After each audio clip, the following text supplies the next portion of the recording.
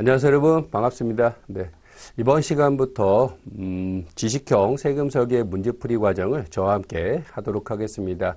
세금 설계 관련돼 가지고는 총 7개 파트로 구성이 되어져 있고 각 파트마다 중요한 내용과 더불어서 수험에 대한 전략도 함께 살펴보도록 하겠습니다.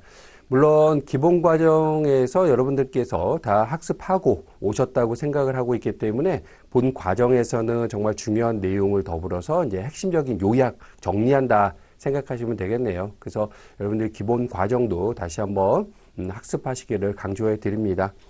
자, 교재 본격적으로 시작하도록 하겠습니다. 파트 6 지식형 세금 설계부터 살펴보게 될 텐데 1장 세금 설계 총론부터 알아보도록 하겠습니다. 문제 들어가기 전에 수험 전략 나오지 않겠습니까? 본 1장과 관련돼서는 총 2문제에서 3문제 정도가 출제될 것으로 예상이 되고 있고요. 아울러서 교재가 전면 개편되면서 이제 국세 징수권에 대한 소멸 시효 내용이 본 과정에 들어갔다. 그 말은 무슨 말이겠습니까? 시험에 조금 더 비중을 가져가지 않겠냐라고 예측이 되기 때문에 다른 것보다는 신경을 써서 내용을 좀 살펴봐야겠다라고 말씀을 드릴 수가 있겠어요. 자, 문제풀이 본격적으로 진행하도록 하겠습니다. 자, 1번부터 살펴보도록 할게요. 자, 1번. 세금 설계에 관련된 다음 설명 중 가장 적절하지 않은 것은 이렇게 나오고 있네요. 자, 시작하기 앞서서 여러분, 세금 설계가 있고 그 다음에 세무 대리가 있습니다. 이게 차이가 있는 거 아시겠지요? 세무 대리 같은 경우에는 조세 상담이라든가 또 자문 업무 이런 것들을 할 수 있다. 그러다 보니까 이제 세무사나 공인 회계사 이런 분들의 영역이다라고 보시면 될 것 같고, CFP가 할 수 있는 것은 세금 설계는 가능하다라고 우리가 학습한 바가 있겠습니다. 이 말은 무슨 말이겠습니까? 현금 흐름에 대한, 순현금 흐름에 대한 것을 추정해가지고 투자에 대한 판단 여부를 우리가 판단해 줄 수 있다. 이렇게 보시면 될 것 같고, 세무 대리는 좀 불가하다. 여기까지 여러분들께서 알고 있는 내용이라고 보겠네요. 자, 더불어서 동그라미 1번부터 한번 보도록 하겠습니다. 자, 세금 설계란 미래에 일어날 거래나 사건들에 대해서 합법적으로 세금을 절세할 수 있는 적절하고 일괄성 있는 전략을 수립하는 과정이다. 맞지요? 예, 근데 혹시라도 여러분 지문에서 합법적이라는 단어를 만약에 불법이다, 뭐 위법이다 이렇게 물론 그러지도 않겠습니다만 바꿔놓는다 그러면 틀리다는 것도 한번 염두에 두시면 될 것 같고, 자, 이 내용은 무슨 말이 되겠습니까? 만약에 고객께서 아니면 뭐 여러분께서 부동산을 사가지고 투자를 하겠다라고 가정을 하겠습니다. 부동산을 사가지고 관련된 세금에 대한 신고나 이런 것들은 누가 하겠다? 세무 대리를 하시는 세무사 등께서 하시겠습니다만, 그러면 CFP인 우리는 어떤 걸 하겠다? 현금 흐름을 보겠다는 거예요. 매입부터 매각까지에 대한 순현금 흐름을 우리가 판단하고 추정을 하면서 과연 수익성에 대한 부분이 있다 없다에 대한 판단은 할 수 있다. 이 내용이 바로 요 내용이다라고 보시면 되겠네요. 자, 두 번째 동그라미 2번 보면 세금 설계는 독립적인 재무 설계의 한 분야로서 이루어지기보다는 다른 재무 설계 분야 속에서 실행되는 것이 원칙이다. 그렇죠. 네. 독립적으로 움직여 간다기보다는 전체적인 우리가 코디네이터 역할을 한다고 말씀을 드렸지 않겠습니까? 예를 들어서 앞서서 살펴봤던 부동산 설계 같은 경우에도 세금이라는 영역이 같이 들어가 있고요. 그 다음에 향후의 은퇴까지도 연결한다면 은퇴 설계도 같이 우리가 염두할 수 있는 전반적인 내용을 같이 봐야 된다. 이렇게 보시면 되겠습니다. 자, 동그라미 3번 CFP 자격 인증자로서 활동하기 위해서는 세금 설계에 대한 일반적인 수준이 요구된다라고 했는데 이 말은 틀렸죠. 예, 일반적인 수준까지가 아니고요. 상당한 지식적인 수준, 즉 전문가적인 수준까지 우리가 알아야 된다라고 보시면 되겠습니다. 괜히 어설프게 고객분들에게 이러저러한 얘기를 할 수는 없지 않냐라고 보시면 될 것 같으세요.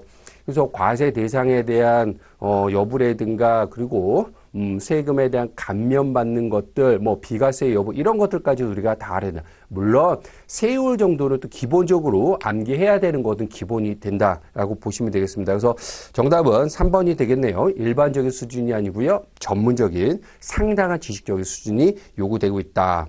이렇게 보시면 되겠고, 자, 동그라미 4번 마저 한번 같이 보도록 하겠습니다. 조세에 관한 상담 또는 자문 업무를 포함한 세무 대리 업무는 CFP 자격 인증자의 수행 업무 범위에 포함되지 않는다. 앞서 말씀드린 내용이고, 자, 동그라미 5번 납세자의 조세회피 행위는 불법은 아니지만 위법한 행위로서 회피한 세액의 추가 징수와 가산세가 부과되는 경우가 있다. 그렇죠? 예. 그러니까 조세 회피라고 한다면 이제 우리가 알고 있는 학습했던 이제 부당이익 계산 부인 이런 것들인데, 이런 것들은 이제 불법은 아니지만 나중에 잘못되는 경우가 있다. 그 정도 보시면 되겠네요. 그래서 문제 1번의 정답은 3번이 되겠고, 왜 틀렸냐? 그러면 일반적인 수준이 아니라 상당한 전문적인 지식 수준까지 요구하고 있다. 이렇게 보시면 되겠습니다. 자, 2번 보도록 하겠습니다. 2번. 수정신고와 경정청구 등에 대한 설명으로 가장 적절한 것은 이렇게 나오고 있는데, 자, 여러분, 수정신고하고요, 경정청구, 어떤 내용이 다를까? 이렇게 보는 거예요. 자, 수정신고 같은 경우에는 납세 의무자가 일단 신고를 하게 됩니다. 근데 신고하다 보니까, 너무 조금 낸 것 같아. 신고를 조금 한 것 같아요. 또 환급을 받았는데 너무 많이 받은 것 같아요. 라고 했을 때 납세 의무자 스스로가 고쳐가지고 신고하는 것들, 그래서 추가적인 세금을 내거나 환급받은 것들, 많이 받은 것을 다시 이렇게 국가에 납부하게 되고 다시 반환하게 되는, 이것이 바로 수정신고다라고 보시면 될 것 같고, 자, 경정청구는요, 신고를 했는데 너무 많이 신고한 것 같아요. 또 환급을 받았는데 조금 받은 것 같아요. 이럴 때 이제 국가에다가 뭐라고 얘기합니까? 나 너무 조금 받은 것 같아요. 그리고 너무 많이 세금 신고한 것 같아요. 그러니 정부가, 국가가 다시 정정해가지고 나에게 세금을 매겨주세요라고 하는 게 바로 경정청구다라고 보시면 되겠습니다. 그래서 의미는 조금 다르다. 근데 핵심적인 것은 뭐다? 수정신고는 너무 조금 신고하거나 너무 과다하게 환급받거나, 경정청구는요, 너무 과다하게 세금 신고하거나 아니면 조금 환급받았다라고 했을 때, 그럴 때 신고하게 되는 거, 청구하게 되는 거, 이런 것들이 좀 차이가 있다. 이 정도 말씀드릴 수 있겠네요. 자, 더불어서 동그라미 1번부터 한번 보도록 하겠습니다. 동그라미 1번.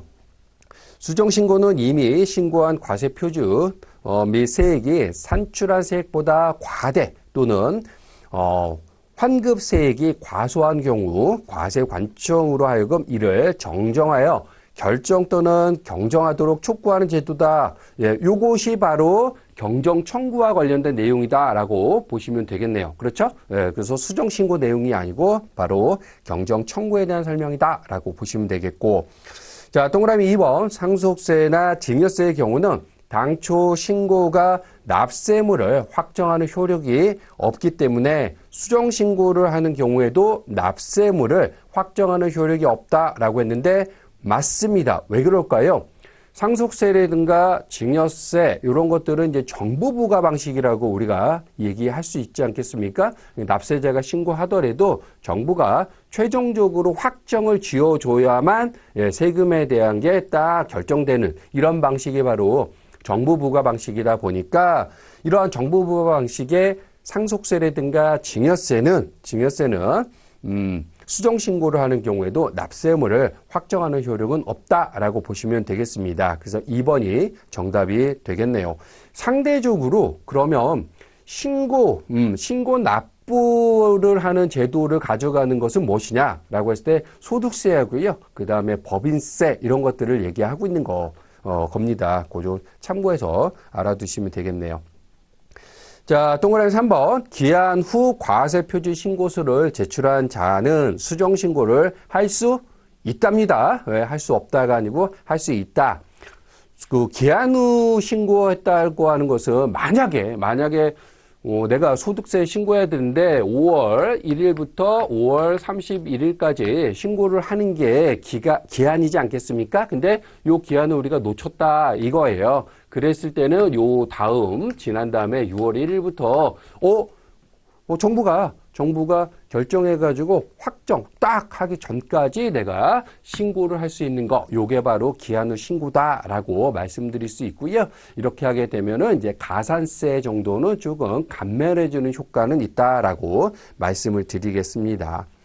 그래서 어쨌든 기한 후 과세표준 신고서를 제출한 자도 수정 신고는 할 수 있다.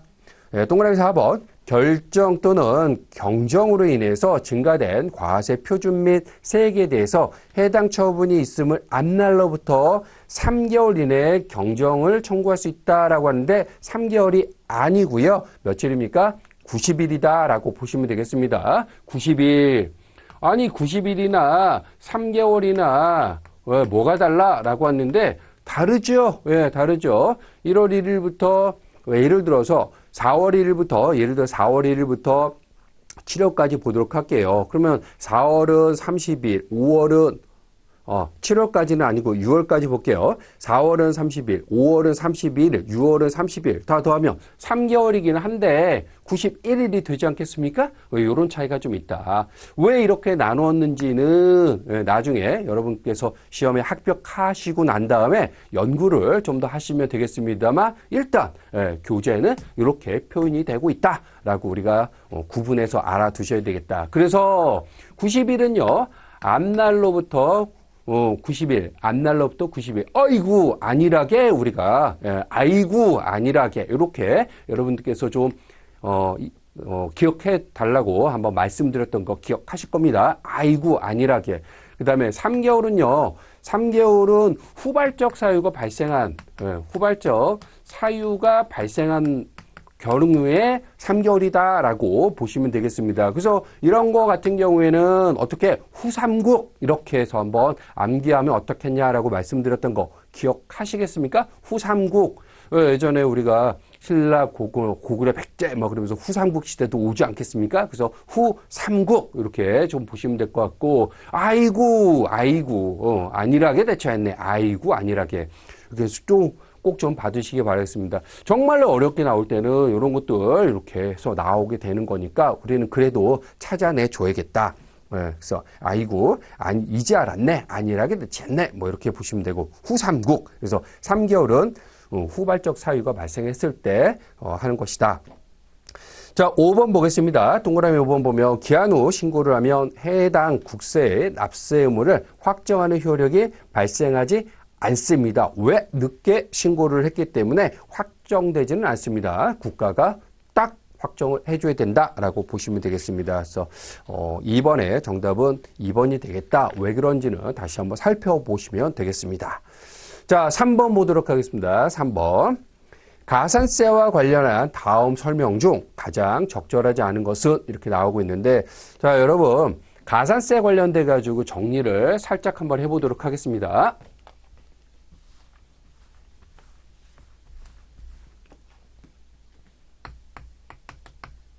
가산세 관련돼 가지고 우리가 두 가지가 있습니다. 하나는 신고에 대한 거 하지 않았을 때 이럴 때 가산세가 나오고요. 또 하나는 뭐예요? 납부에 대한 거 또 하지 않았을 때 가산세가 나온다라고 보시면 되겠습니다. 그래서 무신고에 대한 가산세와 신고 납부에 대한 불성시 가산세 이렇게 나오게 되는데 요거 일반적인 경우에는 통상적으로 몇 퍼센트가 붙게 됩니까? 20%에 대한 신고 하지 않은 거에 대한 가산세가 붙는다. 물론 부정한 거에 대한 부분, 부정한 거에 대해서는 40%에 대한 부분이 가산세로 부과된다라고 보시면 될 것 같고 신고, 납부를 제대로 안 했습니다. 그러면 지금 연간 따졌을 때 8.03%에 대한 납부에 대한 지연 가산세가 나오게 되고요. 그 다음에 이제 정부가 이제 독촉을 해서 언제까지 납부해 주세요라고 기한에 대한 통지를 하게 됩니다. 그것마저도 안 했다 그랬을 때는 추가적인 부분이 3%가 추가적으로 또 나오게 되는 추가 가산세가 발생하게 된다라고 보시면 됩니다. 물론 이러한 경우에는 이제 기한은 5년까지가 한계를 가져갑니다만 상당히 커진다. 그래서 세금 신고를 그다음에 납부를 제대로 안 했다 그러면 신고 납부에 대한 하지 않은 거에 대한 가산세와 더불어서 납부에 대한 가산세 이런 것들도 조심하셔야 된다라는 말씀을 드리면서 또 내용 한번 보도록 하겠습니다. 자, 동그라미 1번. 무신고 가산세는 법정 신고 기한까지 세법에 따른 과세표준 신고서를 제출하지 아니한 경우 부과하게 되며 일반적인 무신고 가산세율은 20%다. 그렇죠? 말씀드렸죠? 일반적인 거. 무신고에 대한 가산세, 신고 안 한 거에 대한 거 20%다. 두 번째, 동그라미 2번. 과소신고 가산세는 법정 신고기한까지 세법에 따른 과세 표준 신고서를 제출한 경우로서 신고하여야 할 세액보다 적게 신고한 경우에 적용되며 부정행위로 인한 과소신고 가산세율은 40%다. 부정할 경우에는 또 40%까지 나온다라고 보시면 되겠습니다. 자, 동그라미 3번. 상속세나 증여세 과세 표준을 과소신고한 경우에는 과소신고 납부세액의 10%를 가산해서 부과한다라고 하고 있는데 아닙니다. 앞서서 잠깐 우리가 살펴봤습니다만 상속 증여세 같은 경우에는 정부 부과 방식이라고 보시면 돼요. 그래서 내가 신고를 하더라도 확정되는 것은 정부가 이렇게 딱 결정 내려줘야 확정이 되는 거거든요. 그러다 보니까 이런 것들 과소하게 신고했다고 하더라도 뭐 이렇게 과소 신고에 대한 가산세가 나오는 것들은 아니다. 왜? 정부 부과 방식이니까 정부가 결정을 해줘야 되는 상황이기 때문에 그렇다라고 보시면 되겠습니다. 그래서 내가 신고해도 정부가 확정하지 않으면 안 되는 거예요. 그러니 과소했는지 과대했는지 알 수는 없다. 이렇게 보시면 되겠습니다. 그래서 정답은 3번이 되겠습니다. 정부 부과 방식이기 때문에 그렇다라는 겁니다. 그다음에 동그라미 4번 법정 납부 기한까지 납부하여야 할 세액 중 납부고지서에 따른 납부 기한까지 납부하지 아니한 세액에 대해서는 3%를 추가해서 추가한다라고 말씀을 드렸잖아요. 네, 그렇습니다. 최대 기간은 5년까지 이게 갈 수가 있겠다. 다음에 동그라미 5번 과세표준 신고서를 법정 신고기한까지 제출하지 않은 자가 법정 신고기한이 지난 후 일정한 기간 이내에 기한 후 신고를 하는 경우에는 무신고 가산세액에서 일정한 감면율을 적용한 금액을 감면한다. 맞습니다. 그것도 신고 좀 했으니까 내가 아예 안 한 것보다는 낫잖아요. 그래서 조금 가산세를 좀 깎아주는, 감면해주는 이런 혜택은 있습니다. 그래서 늦더라도 세금 신고하세요. 이렇게 보시면 되겠네요. 그래서 3번의 정답은 3번이 되겠습니다. 자, 4번 보겠습니다. 4번. 국세 부과의 제척 기간에 대한 다음 설명 중 가장 적절하지 않은 것은 이렇게 나오고 있네요. 이 내용도 잠깐 정리 좀 하고 진행하도록 하겠습니다.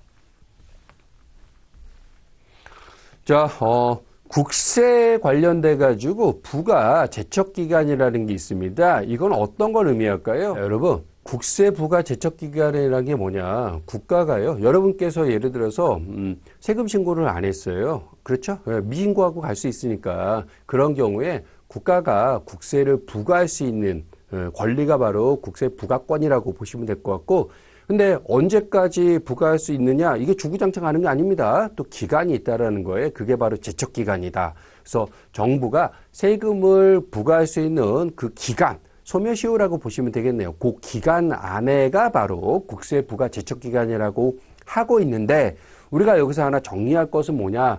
예를 들어서 일반적인 사안에서 우리가 세금 신고를 안 했어요 라고 하는 거예요. 아니면은 미신고는 아닐 거고요. 세금은 신고를 하긴 했는데, 그쵸?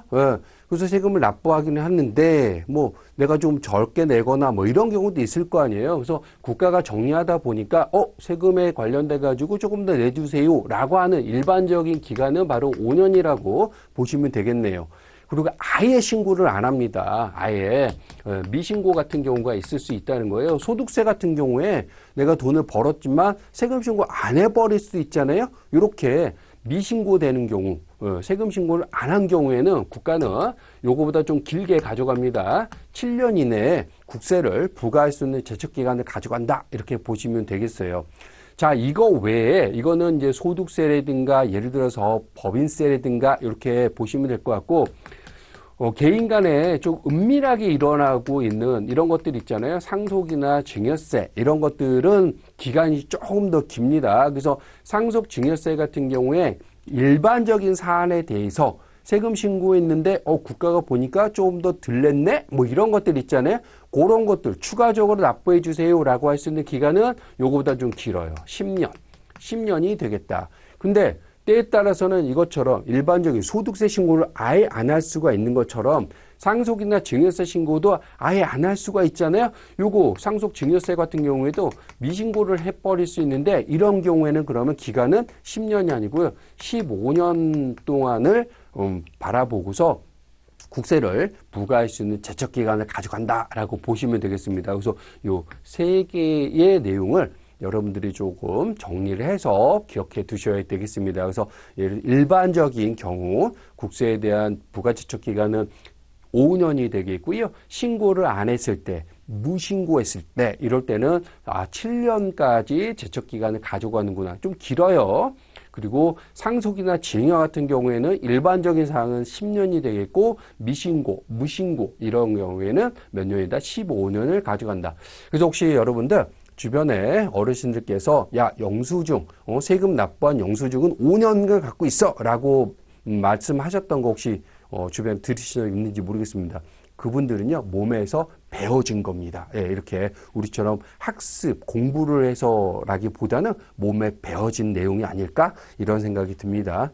물론 시험의 목적상 머릿속에 좀 남으시라고 말씀드린 예예요. 그래서 5년, 7년, 10년, 15년 이게 바로 국세 부가 제척 기간이다 라고 말씀을 드리면서 보기를 한번 보도록 하겠습니다. 자, 1번 동그라미 1번 보게 되면 부가 제척 기간이란 과세관청이 결정이나 결정 또는 부가 취소를 할 수 있는 법정 기간이다. 그래 맞죠? 아까 말씀드린 그 내용입니다. 두 번째, 소득세의 부가제척 기간은 기산일로부터 신고기한의 마지막 날이다라고. 기산일은 신고기한의 마지막 날이다라고 했는데 아닙니다. 신고기한의 다음 날부터 되겠다. 그러니까 소득세 같은 경우에는 5월 30일이 마지막 날이잖아요. 요 다음 날부터 기산을 하겠다. 그래서 6월 1일부터 언제까지 5년, 7년 이렇게 간다 보시면 되겠습니다. 그래서 동그라미 2번에 문장이 틀렸네요. 마지막 날이 아니고 다음 날이다. 그래서 정답은 2번이 되겠습니다만 계속 같이 한번 읽어보도록 하겠습니다. 자, 동그라미 3번. 조세 부과의 제척 기간에는 기간의 중단과 정지가 적용되지 않는다라고 했는데 이 중단과 정지와 관련돼서는 이제 그 조세 징수권에 대한 소멸시효와 관련된 내용이다라고 보시면 되고 잠시 후에 다시 한번 말씀드리도록 할게요. 자, 동그라미 4번. 그래서 조세 부과에 대한 제척 기간에 이게 없어요. 그렇죠? 예. 자, 동그라미 4번. 소득세의 경우 납세자가 법정 신고 기한까지 과세표준 신고서를 제출하지 않는 경우에는 제척 기간이 7년이다. 이게 무슨 말입니까? 미신고. 무신고, 미신고 요거 얘기한다. 7년이다 라고 보시면 되고 포탈 세액 산출의 기준이 되는 재산가액이 50억 원을 추가하는 경우에는 상속 또는 증여가 있음을 안 날로부터 1년 이내에 상속세 및 증여세를 부과할 수 있다라고 하는데 맞는 문장입니다. 예, 요거는 좀 특례를 둬가지고 재산이 많으신 분들 같은 경우에는 어떻게 할까? 별도로 조금 관리하겠다. 우리가 유심히 볼 거예요. 라는 취지라고 보시면 되겠습니다. 재산가액이 일단 50억이 넘어가신 분들의 경우에는 안날로부터 1년 이내에 할 수 있다 정도 보시면 되겠습니다. 자, 내용적으로는 뭐 심플하게 나왔는데 일단 우리는 요 내용이 더 중요하니까 요걸 좀 잘 좀 봐두시면 되겠습니다. 그래서 정답은 2번이 되겠고요. 나머지 부분도 중요하다라고 말씀을 드려요. 자, 다음 문제 보도록 하겠습니다. 자, 5번. 다음은 조세 징수권 소멸시효에 대한 설명이다. 옳은 설명은 몇 개인가 라고 나오는데 이런 패턴의 문제가 상당히 어려운 패턴입니다. 그렇죠? 옳은 것은 아니면은 뭐 아닌 것은 이거 찾는 것들은 뭐 쉽게 우리가 그냥 뭐 대충 뭐 흔히 찍어서라도 맞출 수 있는데 옳은 게 몇 개인가 이런 거가 나오게 되면 이게 긴가민가 하는 것들은 어떻게 우리가 감을 잡기가 어렵습니다. 그래서 문제 패턴이 상당히 어려운 패턴의 하나다라고 보시면 되겠고요. 또 하나는 이 조세 징수권에 대한 소멸시효가 교재가 개정이 되면서 새로 들어간 내용이다. 그러니 조금 더 관심 있게 유심히 봐야 된다라는 말씀 다시 강조해 드립니다. 자, 내용 한번 보도록 하겠습니다. 가번. 조세 징수권에 대한 소멸시효란 과세 관청이 조세 징수권을 일정 기간 동안 계속해서 그 권리를 행사하지 않는 경우 그 조세 징수권을 소멸시키는 제도다라고 하고 있는데 요거 맞는 표현입니다. 일단 자 여러분 한 가지 우리가 좀 비교해야 될 게 뭐냐면 요거는 국세를 부과할 수 있는 제척기간에 관련된 거고요. 지금 보고 있는 것은 뭐다? 조세 징수권에 대한 소멸시효다라는 겁니다. 이 말은 무슨 말이냐? 세금을 신고해야 되는데 안 했거나 너무 작게 했거나 이런 것들을 국가가 다시 한번 세금을 부과할 수 있는 기간이 바로 이거다라고 한다면 일단 부과를 했어요. 그렇죠? 근데 납세 의무자 입장에서 봤을 때는 안 내버릴 수가 있는 거잖아요. 부과된 세금을 내가 안 낼 수도 있습니다. 근데 국가 입장에서 봤을 때는 부과는 해놓고 징수를 해야 되는 거잖아요. 세금을 이렇게 걷어들여야 되는데 그걸 징수한다고 하는 거니까 그걸 아니하고 그냥 냅둬버리고 있는 겁니다. 냅둬버리고 있는 거예요. 그 납세 의무자 버티면 그냥 끝나버릴 수가 있단 말이에요. 그러니까 국가적인 측면에서는 뭐다? 징수할 수 있는 그래도 그 기간이 있어야 되는 거 아니냐라고 하는 게 바로 소멸시효, 조세 징수권에 대한 소멸시효가 있다라고 하는 건데 그게 몇 년이다? 5년이다라고 보시면 되겠습니다. 5년. 그러니까 그 부과를 시켜놓고 세금 내 해놓고서 고지서를 날려 보내놓고 5년 동안 내가 해야 되는데 만약에 국가가 지나버렸다 그러면 더 이상 징수할 수 없다라고 보시면 되겠습니다. 그래서 소멸시효 기간이 5년이 되겠고요. 물론 일정 금액이 넘어가게 되면 이 기간이 더 길어지는 것도 있습니다만 어쨌든 5년이라는 기간 정도는 봐두시면 되는데 그 중간에 어떤 게 있다? 중단이라는 게 생길 수 있고요. 그 다음에 정지라는 게 있다라는 거예요. 소멸시효가 중단이 되기도 하고요. 소멸시효가 정지되기도 한다. 이건 무슨 말이냐? 중단이라는 것은 멈춰버리는 겁니다. 가다가 소멸시효가 딱 멈추면서 다시 시작하겠다라는 겁니다. 일종의 리셋 개념이다라고 보시면 되겠어요. 중단된다는 건 리셋 되겠다. 5년을 다시 가져갈게. 즉 예를 들어서 납세 의무자가 세금을 내줘야 되는데 4년 하고요. 11개월을 버텼습니다. 11개월을 버텼어요. 그러면 한 달만 더 버티면 소멸시효가 끝나버리지 않겠습니까? 근데 국가가 알았어요. 그래서 이 시점에서 왜 이러지? 다시 한번 세금 내주세요 라고 딱 하고 통지서를 또 보내버립니다.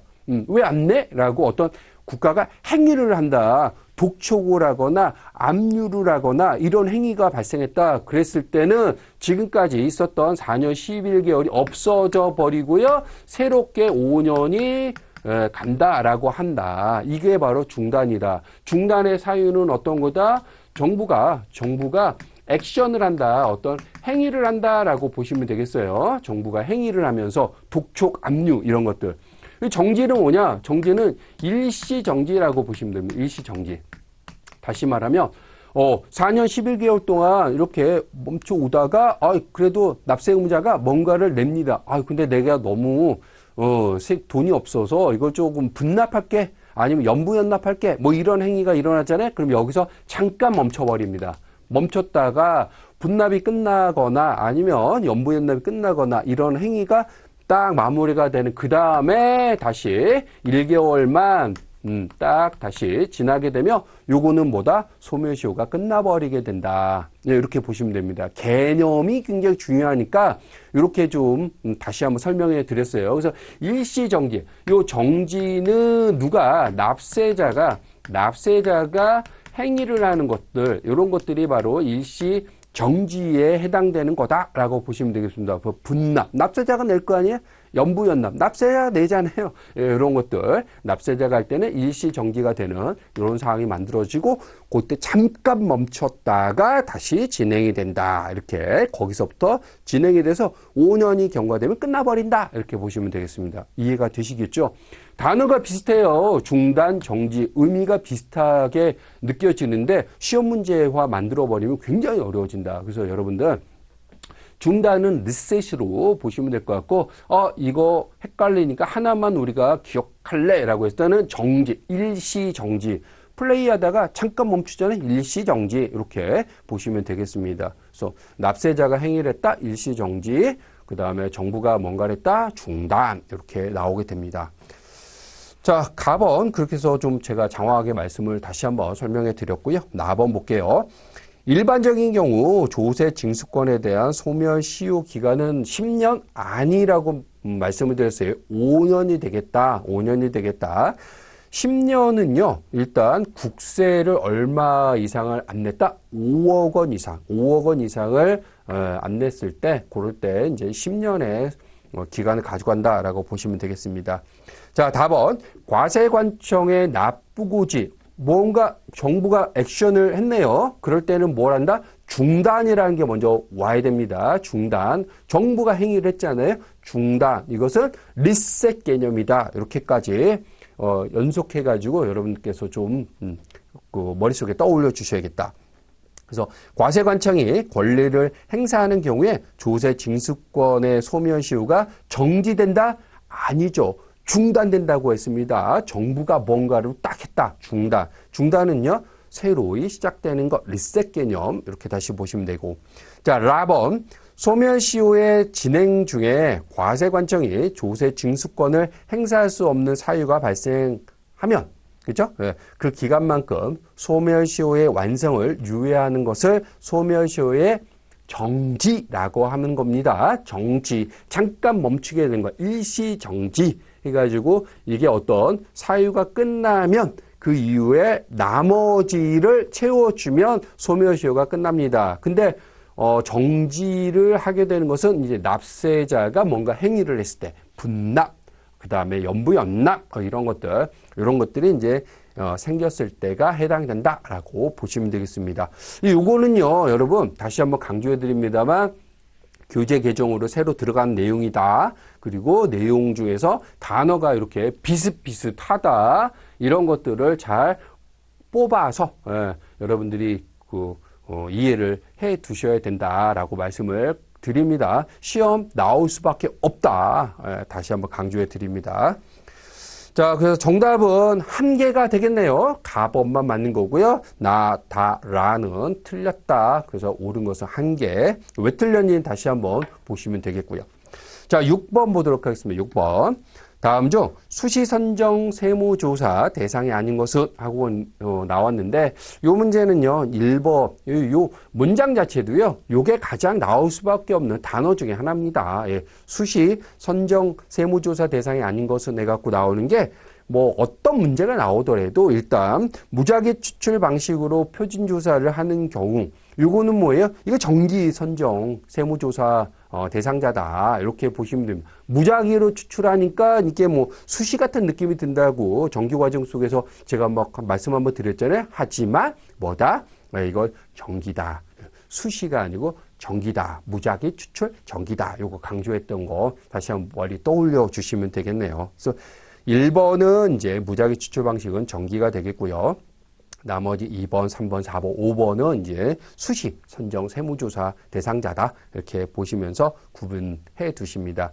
이게 좀 어렵다? 그러면, 무작위는 정기구나. 요것만 꼭 좀 암기해 두시면 되겠어요. 자, 7번 보도록 하겠습니다. 7번.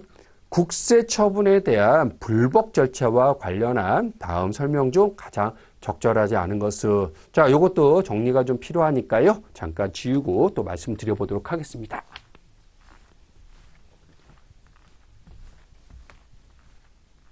자, 여러분, 딱 보시게 되면 이제 불복 절차라고 얘기했잖아요. 근데 불복을 한다는 건 뭔가 이 일을, 내가 제기를 했는데 그게 안 받아들여진 거잖아요. 그래서 그 전 단계가 있어요. 그 전 단계가 어떤 게 있냐면, 과세전 적부 심사라는 게 있습니다. 자, 과세전 적부 심사라는 게 뭐예요? 과세가 되기 전에, 그렇죠? 이게 맞는지를 한번 다시 봐주세요라고 하고 있는 게 과세전 적부 심사다라고 하는 거예요. 그 말은 무슨 말입니까? 국세청에서 지방세무서에서 어떻게 합니까? 너 이렇게 해서 세금 때릴 거예요 라고 해서 예보 통지가 올 수 있다는 거예요. 예고 통지가. 그래서 당신에 대해서 과세를 이렇게 때릴 예정입니다 라고 해서 통지가 딱 날아오게 됩니다. 그러면 내 입장에서 보면 뭐냐? 이런 거잖아요. 그래서 과세가 되기 전에 일단 그러면 그게 맞는지 적부 심사 좀 해주세요라고 얘기하는 게 바로 과세전 적부 심사다. 그러니까 예고 통지가 날아왔을 때 우리가 할 수 있는 거다. 이거 어디다 하겠다는 거예요? 일단은 세무서에서 날아왔잖아요. 그 관할 그 세무서장에게 할 수도 있고요. 그 다음에 이거보다 조금 위에 상위가 지방 국세청장에게 할 수 있다. 네, 이렇게 보시면 되겠습니다. 과세전 적부에 대한 부분을 그러면 며칠 이내, 30일 이내, 예고 통지가 왔을 때 30일 이내에 이러한 행위를 할 수 있게 되는 거고, 이게 만약에 받아들여진다 그러면 과세는 안 내는 거니까 싹 날아가게 되겠지만 뭔가가 안 맞게 됐잖아요. 그래서 불채택이 되게 되면은 그 다음에 이제 불복이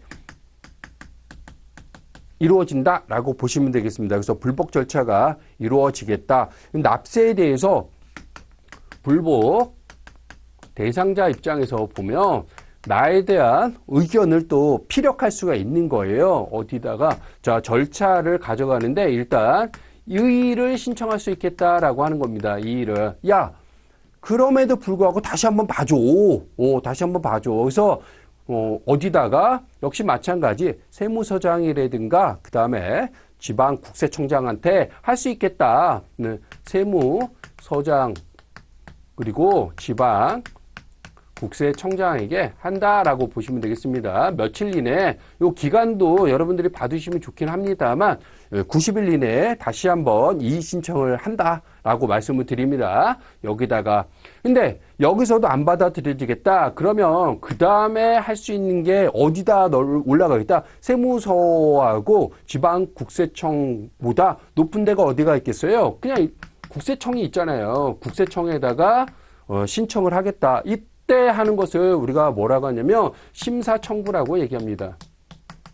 야 진짜 이게 맞는지 한번 봐주세요 라고 하는 거예요. 국세청에다가 심사청구를 할 수 있다. 며칠 이내 또 역시 마찬가지 90일 이내에 할 수 있다. 근데 국세청 말고 나는 그냥 다른 데다 할 거야 라고 하는 게 어디냐면 조세 심판원이 있습니다.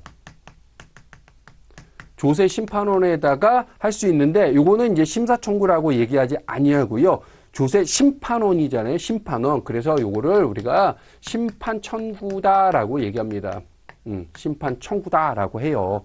여기 국세청과 조세 심판원 말고 또 할 수 있는 곳이 어디가 있느냐? 이 사람은요. 어디다가 이의 신청을 하게 되면 예를 들면 이의 신청을 하게 되면 이 국세청의 심사청구라든가 조세심판원의 심판청구의 절차를 가져갈 수밖에 없습니다만 이거를 이의 신청을 안 하고 바로 어디로 갈 수 있냐면 감사원으로 갈 수 있겠다.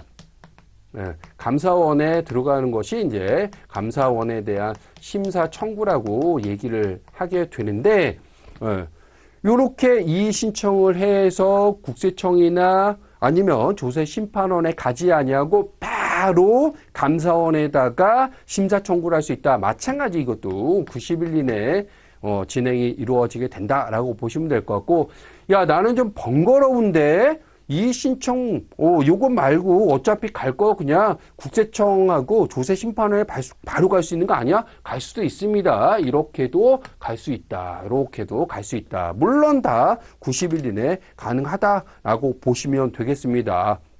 다시 한번 정리한다면 일단 불복 대상자는 국세청에 대한 심사 청구와 조세 심판원에 대한 심판 청구, 또 감사원에 대한 심사 청구, 요 세 가지를 할 수가 있다. 90일 이내에 할 수 있다라고 보시면 될 것 같고, 그 중간 단계 하나 껴서 들어갈 수 있는 게 바로 이의 신청인데, 이의 신청은 어디다가 할 수 있다? 아니, 세무서하고요. 그 다음에 지방국세청장한테 할 수가 있는 거예요. 거기서 안 받아들여지면 반드시 이의 신청한 자는 감사원으로는 갈 수가 없습니다. 감사원은 갈 수 없고 이의 신청을 하게 되면 반드시 어디로 국세청하고 조세 심판원으로만 와야 된다라는 거 좀 잘 봐주시면 되겠습니다. 요게 빠져나갈 수는 없어요. 예. 감사원으로 가려면 이 이의 신청은 하지 아니하고 바로 와야 된다. 이 정도만 꼭 염두에 두시면 좋을 것 같고, 그 다음에 혹시 여기서도 안 받아들여진다 그러면 우리가 할 수 있는 게 행정소송이 이 이후에 이루어진다라고 보시면 되겠습니다. 행정소송 법원으로 가는 거예요. 이제 그 다음부터는. 근데 여기서 참고로 하나 여러분 말씀드릴 게 뭐냐면, 행정소송은요, 반드시 이렇게 국세청이나 조세심판원이나 감사원에 대한 부분에 단계를 거치고 들어오게 되어 있잖아요. 그래서 요것을 우리가 행정심판 전치주의다라고 얘기하는 겁니다. 그래서 바로 법원으로 들어오지 못하고 국세기본법상에 대한 절차를 거치고서 와야 됩니다. 그래서 행정, 심판, 전치주의 이렇게도 얘기한다 정도 보시면 되겠습니다. 그래서 국세 처분에 대한 불복 절차, 요 절차를 다시 한번 여러분께서 좀 잘 봐두시면 되겠다. 자, 관련해서 문제 한번 보도록 하겠습니다. 자, 동그라미 1번. 이의 신청은 납세자가 임의로 선택할 수 있기 때문에 강제 절차가 아니다. 맞습니다. 이거는 해도 그만 안 해도 그만 세무서장하고요. 지방국세청장에 다시 한번 얘기할 수 있는 이런 겁니다. 어떻게 보면 시간을 좀 벌 수도 있는 겁니다. 이렇게 해서 90일 이내에 가야 되는 거고, 이러고 90일 이내에 가야 되는 거고, 또 이것도 마찬가지 90일 이내에 하는 건데, 여기서도 90일 이내지만 요거 하나 들어가게 되면 90일, 약 3개월을 시간을 더 벌 수 있다. 뭐 이런 것도 없지 않아 있는 것 같아요. 다음에 두 번째, 이의 신청은 부가처분을 한 관할 세무서나 지방국세청의 고지서를 받은 날로부터 90일 내에 해야 된다. 맞습니다. 그렇죠? 네. 자, 3번. 불복 청구를 하는 경우에는 언제나 해당 처분의 집행에 효력을 영향을 미치게 된다라고 하는데 아닙니다. 집행 부정지의 원칙으로 인해서 내가 이런 절차를 가져는 갑니다만 혹시 이 사람이 세금을 안 내고 절차가 들어오게 되잖아요. 그때는 뭐가 됩니까? 가산세가 달라붙게 됩니다. 그래서 실무적으로도 그래요. 일단 세금이 과세가 되면 납부는 하고 가자. 납부는 하고. 그 다음에 만약에 여기서 승소를 하잖아요. 그럼 납부한 세금은 돌려받는다. 근데 만약에 지게 되면 어떻게 됩니까? 납부한 거 안 냈죠. 이거 세금을 아예 안 냈잖아요. 그거에 대한 본세에다가 안 했잖아요. 그거에 대한 가산세까지 나올 수 있으니까 굉장히 커집니다. 그래서 일단 하더라도 납부는 해야 된다라는 말씀을 드립니다. 이것이 바로 뭐다? 집행 부정지의 원칙이다라는 거예요. 그래서 요거 영향을 미치게 된다라고 하는데 영향 미치지 않습니다. 일단 가산세 계속 달라붙는다. 이 정도 보시면 됩니다. 그래서 3번 틀렸고요. 자, 4번. 관할 세무서에 이의 신청을 한 경우에는 감사원에 심사 청구를 제기할 수 없다. 이게 이 얘기 한 거지 않습니까? 이 얘기. 자, 이의 신청을 했다. 그러면 반드시 어디로만 가야 된다? 국세청과 조세 심판원으로만 가야지. 요 감사원으로 살짝 삐집고 나올 수 있다 없다? 없다라는 말씀 드렸어요. 예, 요거 얘기하는 거다. 감사원에 심사 청구가 들어가려면 바로 가야 된다. 요 단계에 이의 신청을 하지 아니고 바로 가야 된다라고 보시면 되겠습니다.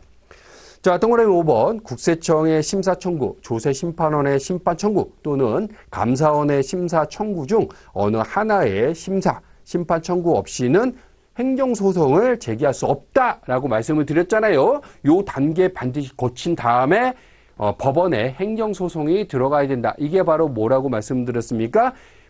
행정, 심판, 전치주의다라고 말씀을 드렸어요.